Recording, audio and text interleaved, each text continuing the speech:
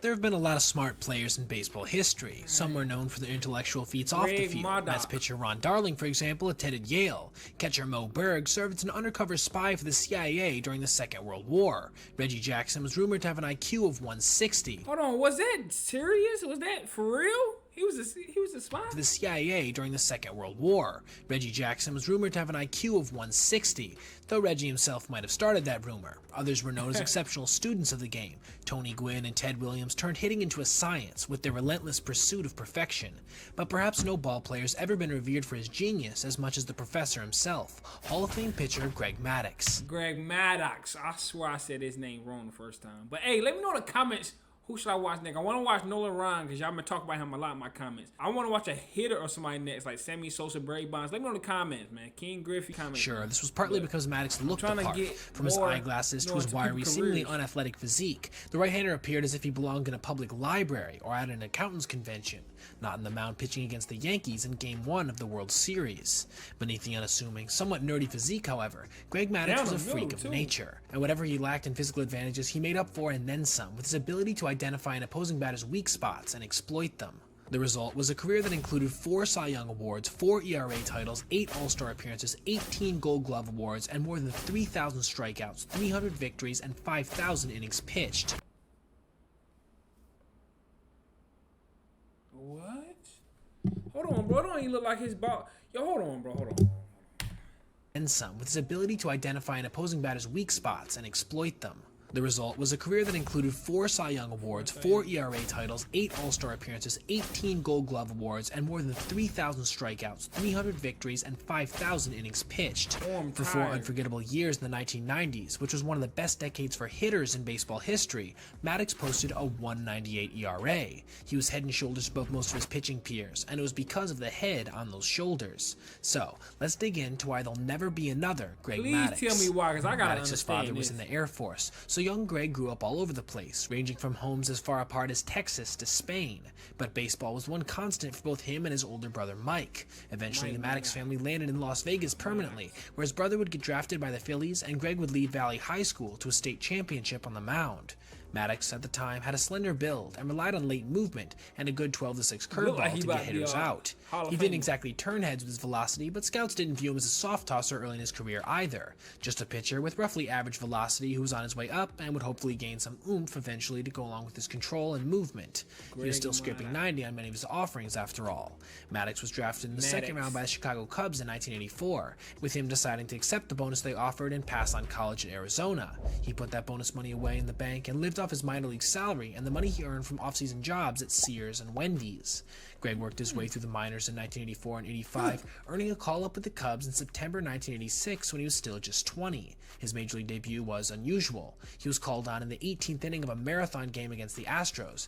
It wouldn't be the best debut in history. He gave up a run and got the loss. But 4 days later, he got his first start and earned a complete game victory over the Reds. In his last start of the season, he pitched against his brother Mike, a starter for the Phillies, and beat him. Aside from these highlights, a 5.52 ERA denoted a pitcher in need of experience and more than a little seasoning. 1987 was about as rough. In his first full season in the majors, Maddux was extremely wild, a crazy thought now looking back for sure, as his walk rate was an astronomical 4.3 per 9. His ERA of 5.61 was the worst in the National League, and his 76 ERA plus made him 24% worse than an average big league pitcher. He was even shipped back to the minors mid-season to help him get his head on straight. It didn't seem to help much, however. It seems like the Hall of Famers always got a little rough start. Because Randy Johnson had a rough start, Last 6 weeks of the season, the Cubs lost all 7 of Maddux's starts, with opponents hitting .347 against him. After that disastrous season, Maddux and his brother played winter ball in Venezuela together. Greg focused on improving his curveball, getting more grounders overall, and building his confidence. At this point, his circle changeup, a pitch that would come to be of the utmost importance to him, hadn't even made an impact yet. That offseason of obsessively working had a major effect. Maddux exploded out of the gate in 1988, earning his first All-Star appearance. He won 18 games, had a 3.18 ERA, and an above-average 1.14 ERA+. This was also the first year of a truly incredible streak, even if it's seemingly less so by today's standards. For the next 17 years, Maddux would win 15 or more games every single season. That's something no pitcher has ever done, or likely ever will do again. 15 wins? I ain't gonna lie, I'll be playing MLB baseball the game, bro. Bro, I ain't gonna lie, bro. This shit sound like video game stuff, bro. Less so by today's standards. For the next 17 years, Maddux would win 15 or more games every single season. That's something no pitcher has ever done or likely ever will do again. In 1989, he was even better, winning 19 games with a 2.95 ERA, finishing third in the NL Cy Young race. He also helped lead the Cubs to the National League Championship 31. Series against the San Francisco Giants. But in that series, the Giants shelled Maddux, who gave up 8 runs, and they would go on to beat the Cubs and advance to the World Series. Maddux won a respectable 15 games in both 1990 and 1991, earning his first 2 Gold Gloves along the way while posting ERA pluses of 119 and 116 respectively. At this point, Maddux was more of a truly solid pitcher than an all-timer, as he was known as an innings eater who could consistently outperform his FIP, fielding independent pitching. But then, 1992 rolled around. Maddux started the year accumulating 10 wins by early July and being selected for his second All-Star game. At the break, he had a 2.40 ERA and 4 complete games. But here's the crazy thing. He only got better as the year wore on. In his final 16 starts after the All-Star break, Maddux logged a dazzling 1.93 ERA, throwing 5 complete games to go along with a nearly 3-to-1 strikeout-to-walk ratio. He finished the year with 20 wins, a 2.18 ERA, and a league-leading 1.66 ERA+, beating out Atlanta ace Tom Glavine to win his first Cy Young Award. This wouldn't be the last time Maddux and Glavine's name would be mentioned in the same breath, however. After the 92 season, Maddux became a free agent for the first time in his career. The Yankees looked like the frontrunners to land him, but apparently Greg turned down their offer of $34 million to take $28 million from the Braves. He thought that Atlanta would be a better place to raise a family than New York, and that it would be enriching to work alongside a staff that included John Smoltz, Steve Avery, and the aforementioned Glavine. As fate would have it, Maddux's first start in a Braves uniform came against his former club at Wrigley Field. Cubs fans treated Maddux to a chorus of boos, and then he treated them to a shutout. By the time he treated them to a shutout. Why did we miss Greg not go Cubs? Hold on. Why they do? Hold on, I don't get it. If he played for your team and gave y'all like a sight, come on. Maddux was already regarded as the smartest pitcher in baseball. He studied videotape of hitters constantly, looking for weak spots and devising plans on how to best get them out. He even watched them take warm-up swings. Maddux now relied on a refined repertoire that included a curveball, circle change, slider, two-seamer, and four-seam fastball. None of these pitches profiled as truly elite, aside from his two-seamer at times, but his preparation, change of speeds, and immaculate control allowed him to set up hitters like no other, and keep them off balance consistently. In Atlanta, Maddux was also joining a team that had won the last 2 NL pennants and boasted the aforementioned extremely impressive rotation. The Braves would indeed give up the fewest runs in the league in 1993 en route to winning 104 games, with new arrival Maddux again being dominant, winning 20 games and leading the league with 267 innings and an ERA of 2.36. He would also receive his second straight Cy Young Award. Unfortunately, Maddux again faltered in the postseason. After helping the Braves to victory in Game 2 of the NLCS against Philadelphia, he gave up 6 runs in Game 6, and the Phillies beat the Braves to advance to the World Series. The baseball strike ended the 1994 season early, but prior to that, Greg Maddux was on his way to one of the greatest seasons any pitcher had enjoyed in decades. Maddux had dominated the league for the past few seasons, but in 1994, he absolutely destroyed it. Before the season was halted, Maddux had an almost unfathomable 1.56 ERA in more than 200 innings. 1.56. In 25 starts, he won 16 games and had 10 complete games, and his control was simply superhuman. He walked only 31 batters versus 156 strikeouts. He also posted a 2.71 ERA+, meaning he was almost 3 times better than an average big league pitcher. By the numbers, the chasm between Maddux and the rest of the league was greater than it had even been for Bob Gibson in 1968 when he had a 1.12 ERA and an ERA+ of 2.58. Not surprisingly, Maddux won his 3rd straight Cy Young. But here's what's crazy. 3 straight Cy Youngs? 3 straight? I'm trying to think about how many Randy won in a row. Maddux was arguably even better when play resumed in 1995. That year, Maddux went 19-2 with a minuscule 1.63 ERA in over 200 innings again. He threw another 10 complete games, walking just 23 batters all season. His strikeout-to-walk ratio and whip of 0.811 were even lower than they had been in 1994. I'm gonna keep it 100 though. Randy was getting like 300 strikeouts a year.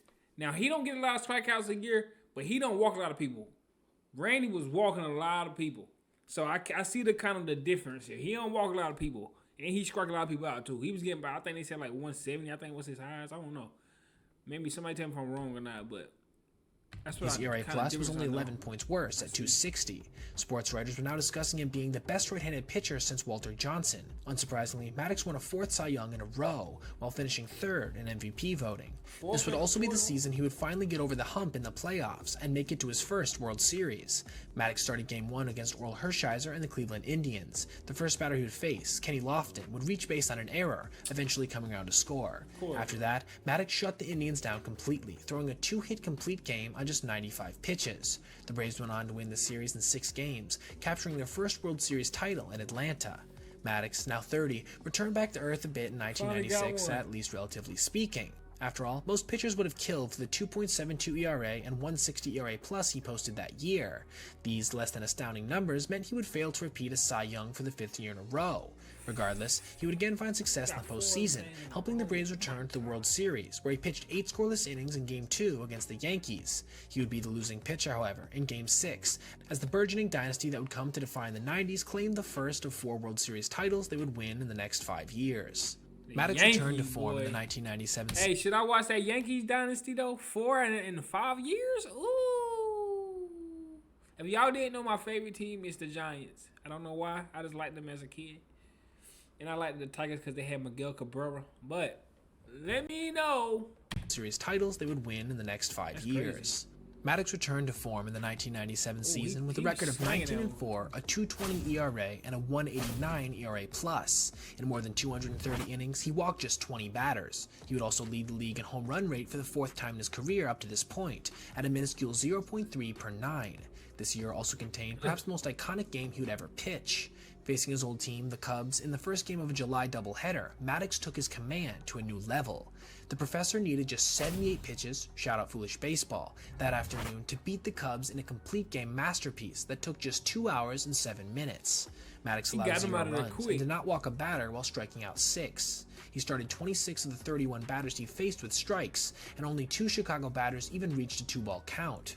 Nowadays, if a pitcher throws a complete game shutout in fewer than 100 pitches, it's known as a Maddux, in large part due to this specific. It's a Maddux! That nigga got our own thing named after him, bro. That crazy. Nah, that hard.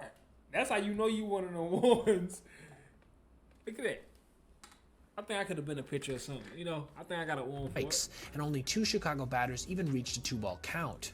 Nowadays, if a pitcher throws a complete game shutout in fewer than 100 pitches, it's known as a Maddux, in large part due to this specific game. Maddux would remain one of the top pitchers in the majors throughout the rest of the decade, finishing every season in the top 5 of the Cy Young voting while posting at least 15 wins with an ERA under or near 3 every season except 1999, when he had an ERA of 3.57. During this streak, he would also exceed a 140 ERA plus every year except that same 99 season. It was also in this year that the Yankees beat the Braves again in the World Series. Maddux pitched the opening game and carried a 1-0 lead into the 8th inning before giving up 4 runs. The Braves ended up getting swept. This was part of the overall narrative of Greg's career. He always seemed to pitch well in the postseason with a 3.27 ERA and nearly 200 postseason innings, but he was never nearly as dominant as he was during the regular season. During the early 2000s, Maddux was no longer winning Cy Youngs or posting WARs above 9, but he was still getting batters out and racking up wins, innings, and Gold Glove awards. In 2001, Maddux even set a National League record by throwing 72 1/3 straight innings without a walk. The streak was snapped by an intentional. Oh, 72 pitchers without walking somebody. They're telling me you hitting that zone. He hitting that zone. He trying to, he doing, Mind-blowingly successful decade in Atlanta, he elected to return to the Cubs on a 3-year, $24 million contract. And perhaps one of the last. The following season, Maddux crossed another historic barrier, notching his 3,000th career strikeout. Maddux is one of only 10 pitchers in history to have at least 300 wins and 3,000 career punchouts in a career. His ERA was again over 4, however, now at 4.24. The professor's class was nearly out. He managed to hang on for a few more seasons, having stints in both Los Angeles and San Diego. While he wasn't particularly effective, he was working at this point with the low to mid-80s fastball, and still surviving enough to get like it's right there, like it's about to hit him, but like he got that decent inning totals. Maddux's last game would be in relief for the Dodgers in the final game of the 2008 National League Championship Series.